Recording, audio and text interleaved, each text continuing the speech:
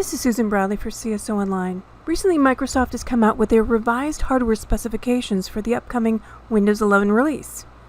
But the revisions really don't change the fact that for the majority of us IT admins out here, we're stuck on Windows 10.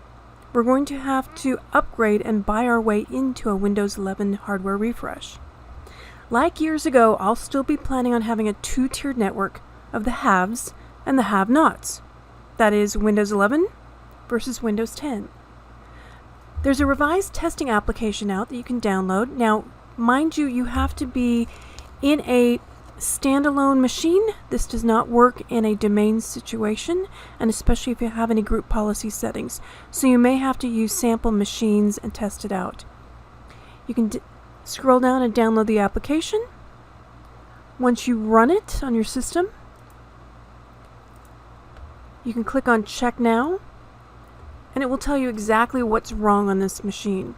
This is one of my home machines, and obviously I don't have a secure boot or TPM 2.0, and it's an older processor, and you get the idea. This machine is not going to be on Windows 11 one bit. But for most of us in our network, we really need to stand back and see if there's better ways to protect what we already have. So first, if you still rely on JavaScript, still rely on Adobe Flash being in your browser because you've got some certain video presentation that demands it, it's time to step back and say, we need to get rid of that from your network. Your resources are better served evaluating what is causing you to rely on older browser technologies than getting new hardware. Now let's review how you deploy Windows 10 now.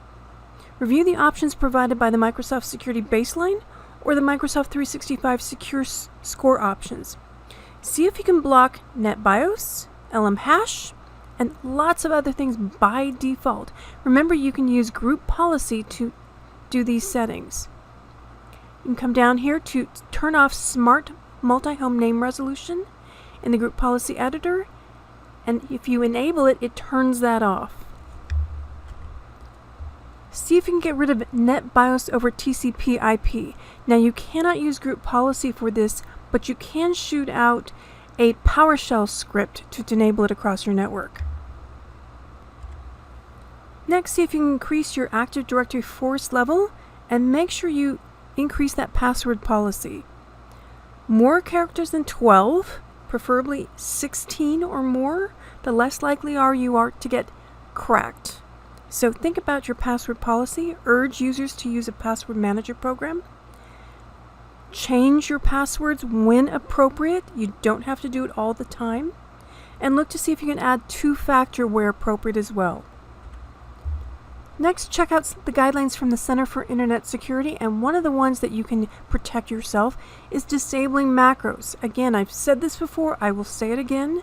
Go through your organization, see who really needs macros, turn them off or block them from inside your organization on those people that really don't need them. Again, you can use group policy and push out a policy that disables macros across your network, or if you do specific group policy, you can do it to certain groupings inside your network.